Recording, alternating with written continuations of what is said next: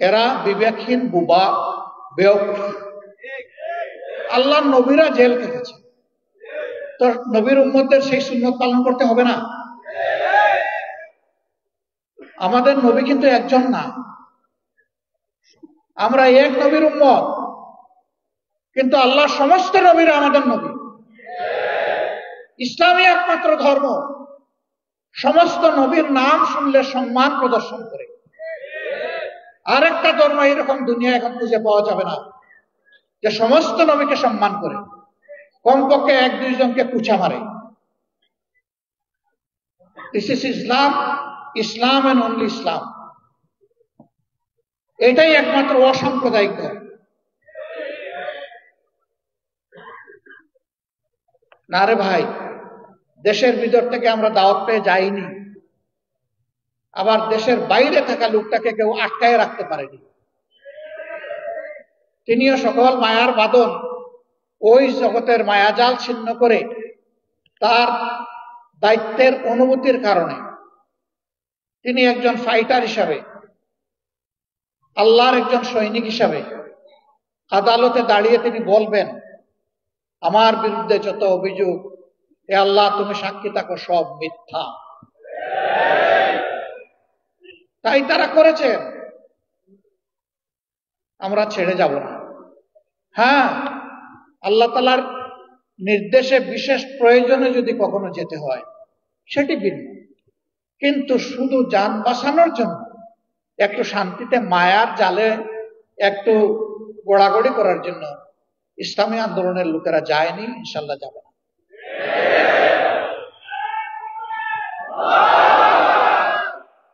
আমি বলে থাকি, যাবই বা কোথায়?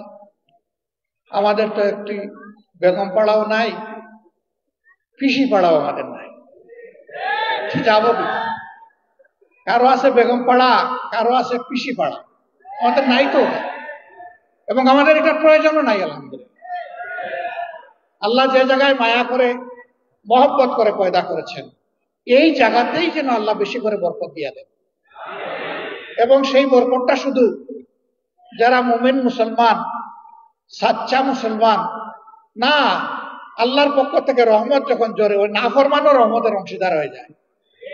দুনিয়ায় সেও তার ভাগ পায়, আখিরাতে আল্লাহ রহমতের হিসাব তার কাছ থেকে নেবে, কিন্তু দুনিয়ায় সেও পেয়ে যাবে। এই জন্য আমরা যা চাই এটি হচ্ছে যে আল্লাহর আইন হচ্ছে শ্রেষ্ঠ আইন।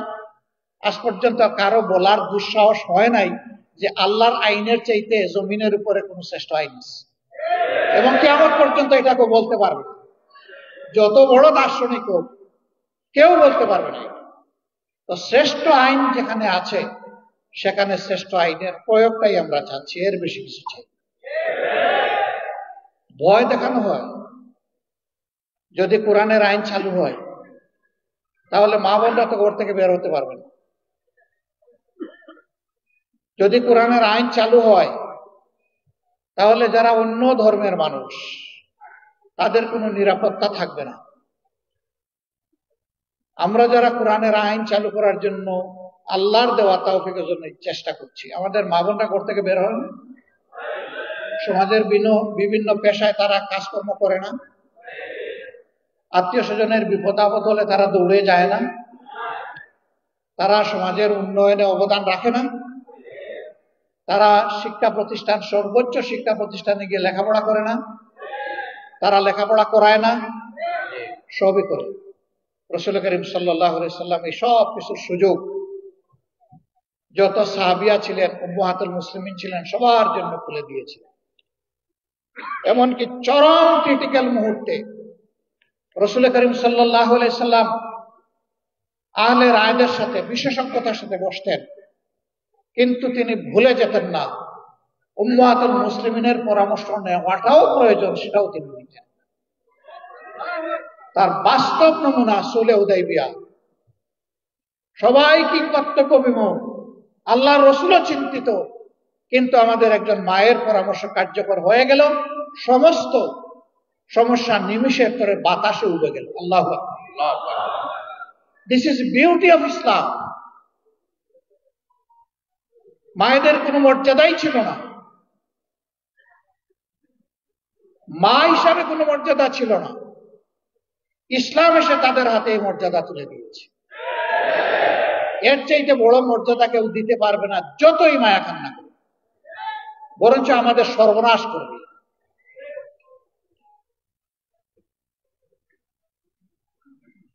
বলে যে ও মুসলিমরা, এদেরকে আবার কেউ কেউ প্রশ্ন করে অথবা শিখিয়ে দেয়, বলে যে আমাদের কাছ থেকে জিজিয়া কর নিবেন কেন?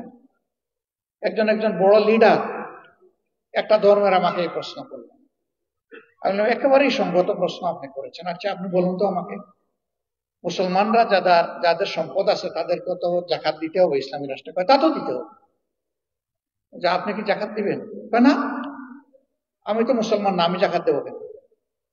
তো জাকাত তো আল্লাহর নির্ধারিত ট্যাক্স, এই ট্যাক্সের সাথে রাষ্ট্রে অন্যান্য ট্যাক্সও থাকবে, তবে এটা হচ্ছে মূল ভিত্তি।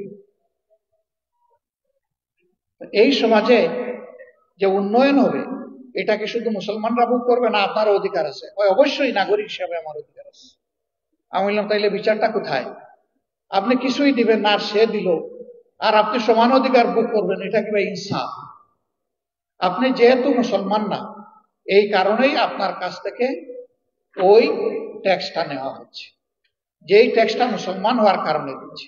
তবে একজন গরিবের উপর যেমন জাকাত নাই, একজন গরিব হিন্দু বৌদ্ধ খ্রিস্টানের উপরেও তেমন ট্যাক্স নেই। একজন গরিবকে যেমন রাষ্ট্র লুক আফটার করতে, প্রতিপালন করতে বাধ্য, সকল ধর্মের লোকদের জন্য এটা সরকার বাধ্য। বলে তাইলে আমার আর কোনো কথা নেই, আমরা তো এটা জানতাম না, তো এটা কি হবে? আমি বললাম যে নাটোরের লাড্ডু খাইতে কেমন মজা, এটা মুখে না দিলে আপনি বুঝবেন কি? আবার এটার প্রয়োগ শুরু হোক, তারপরে দেখবেন যে হয় কিনা।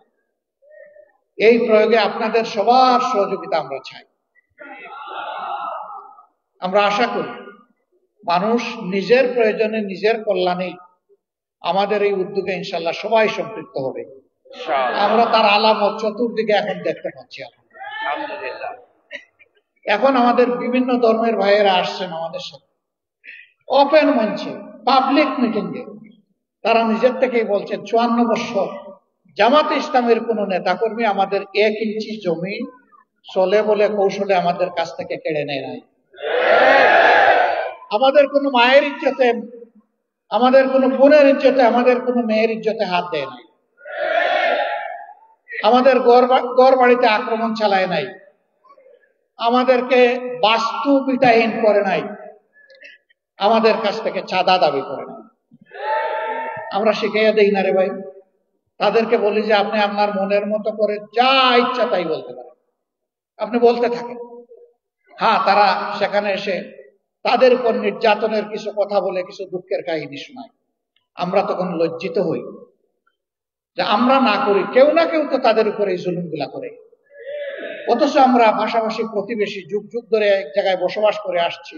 লেখাপড়া করতে গেলে একই বেঞ্চে বসে, একই ডেস্কে বই রেখে আমরা লেখাপড়া করেছি। আজকে আমাদের এই সহযাত্রীদের সাথে আচরণ কেন?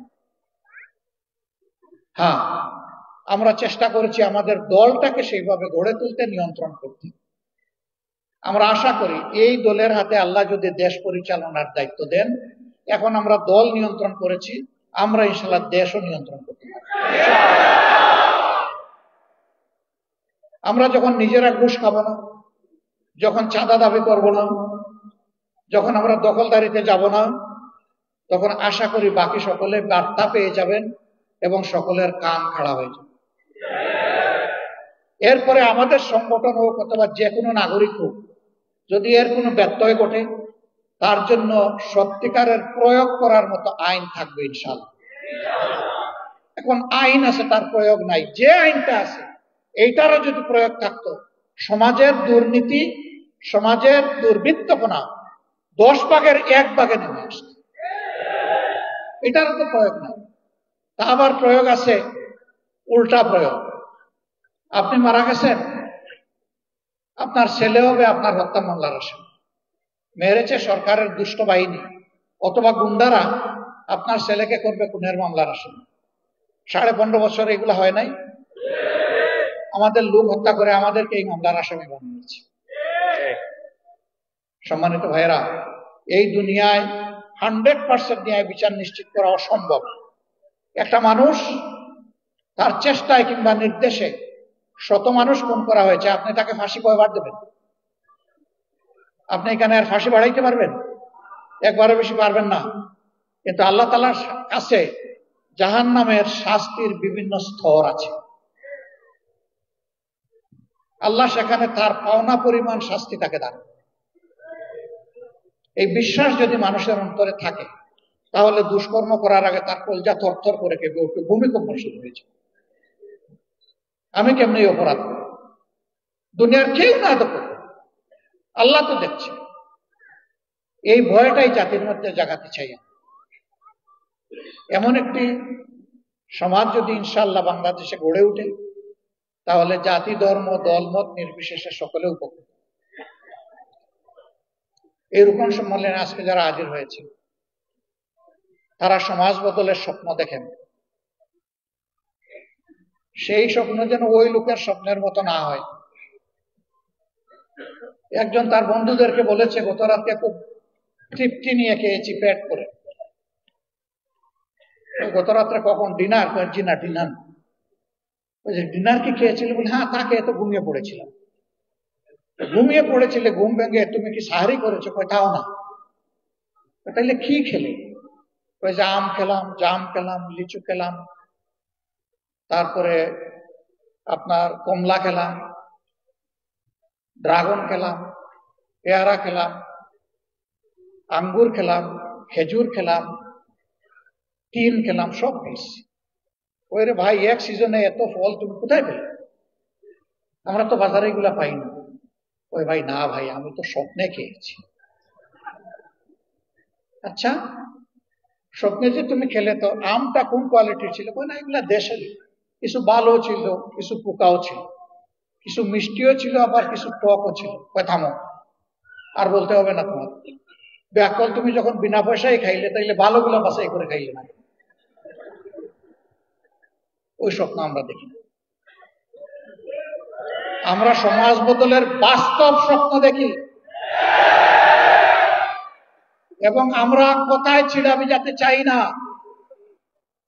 আমরা চাই দুধ অথবা পানি দিয়ে ছিড়া ভিজবে, আর প্রয়োজনে আমাদের রক্ত দিয়ে ছিড়া ভিজবে। সেই রক্ত যদি আল্লাহ মানবতার জন্য, মানবতার মুক্তির জন্য আল্লাহ কবুল করেন, আল্লাহর দরবারে লাখো শুকর। যুগে যুগে যারা মানবতার মুক্তির লড়াই করেছেন, তারা তার প্রমাণ রেখে গিয়েছে। যুদ্ধের ময়দানে এক হাত কোপকে ঝুলে গেছে, পায়ের নিচে ফেলে টান দিয়ে ছিঁড়ে ফেলেছে। এই হাত আমার এখন বুঝে, এই হাতের আমার দরকার নেই। অবশিষ্ট হাত দিয়ে লড়াই চালিয়ে গেছে। ওই হাতও যখন ঝুলে গেছে, এটাও ফেলে দিছে। সেনাপতি পা দুইটা চাপ দিয়ে ধরেছেন, কমান্ডার ফ্ল্যাগ, ওটাও যখন চলে গেছে, আর পা দিয়ে ধরার সুযোগ নেই, দাঁত দিয়ে কামড় দিয়ে ধরেছে।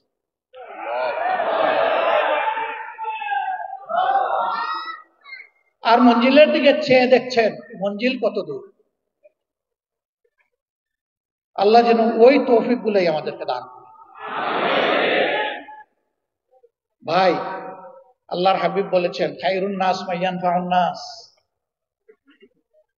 ভাই বোনেরা, সেই মানুষটাই উত্তম যে মানুষের কল্যাণ নিয়ে ব্যস্ত থাকে, চিন্তিত থাকে, পেরেশান থাকে, আর মানুষের অসুবিধা দূর করতে চায়, লেগে থাকে।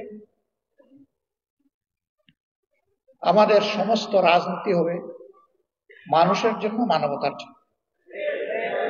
এই কাজে গেলে যে যার সমালোচনা যেভাবে করে করতে থাকুক, আমার কিচ্ছু আসে না।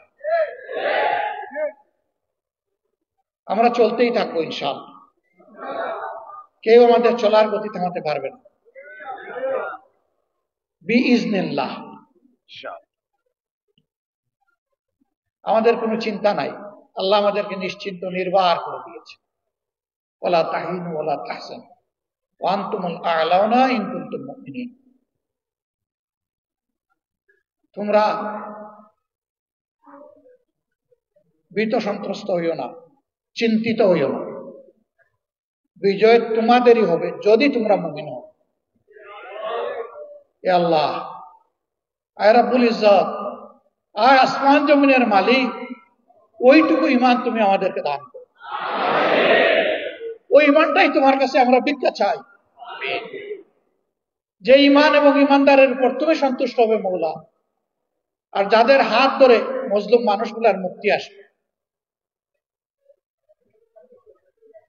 জামাত ইসলামী ইনশাআল্লাহ ইসলামী এবং দেশপ্রেমিক শক্তি, সবাইকে সাথে নিয়ে সমাজ বদলের আশা অন্তরে রাখে। এ পথে যত চ্যালেঞ্জ বাধা আল্লাহ যেন সবগুলা দূর করে দেন। মানুষের প্রত্যাশার এই ঠিকানাকে আল্লাহ যেন মজবুত করে দেন, এবং আল্লাহ রাব্বুল আলামিন মানবতার বিজয় যেন দান করেন, কোন ব্যক্তি, দল এবং গোষ্ঠীর নয়। এই বিজয় যেন হয় মানবতার বিজয়। মহান রব্বে কারিমের দরবারে সেই তৌফিক কামনা করে আপনাদের সকলকে আন্তরিক শুকরিয়া জানাই আমি বিদায় নিচ্ছি। আসসালামু আলাইকুম ওয়া রাহমাতুল্লাহ।